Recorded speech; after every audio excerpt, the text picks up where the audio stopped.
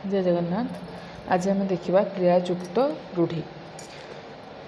अकस रखिबा बा अहंता रखिबार अर्थ कौन? राग रखिबा।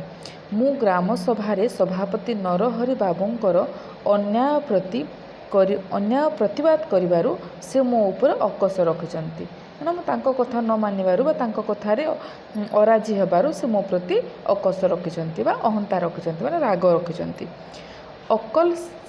अकल शिखेइबा, उचित शिक्षा देवा।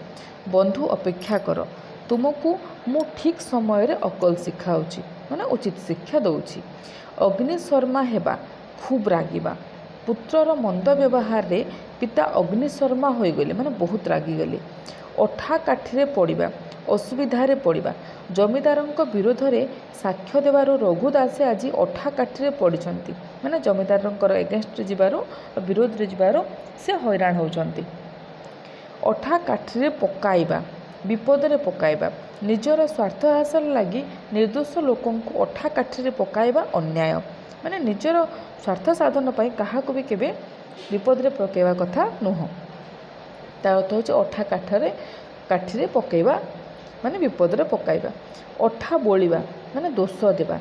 चोरी कला किए? पाख पड़ोसी बोली भिकारी बाबू मो मुंडरे अठा बोलुछंती, माने मो उपरे दोष लदुछंती।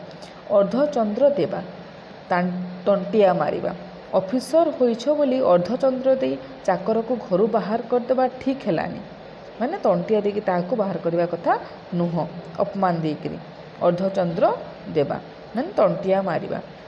अंध देशरे दर्पण बिकिबा, ता अर्थ होछि मूर्ख निकटरे ज्ञान चर्चा करबा। मूर्ख लोक तो किछि बुझिबनी, तुछाटारे जेमतिया अंध लोक को दर्पण देखिले कौन से देखि पारिबो कि? देखि पारिबनी। तो अंध देशरे दर्पण बिकिबा जोटा मूर्ख निकटरे ज्ञान चर्चा करबा सेया।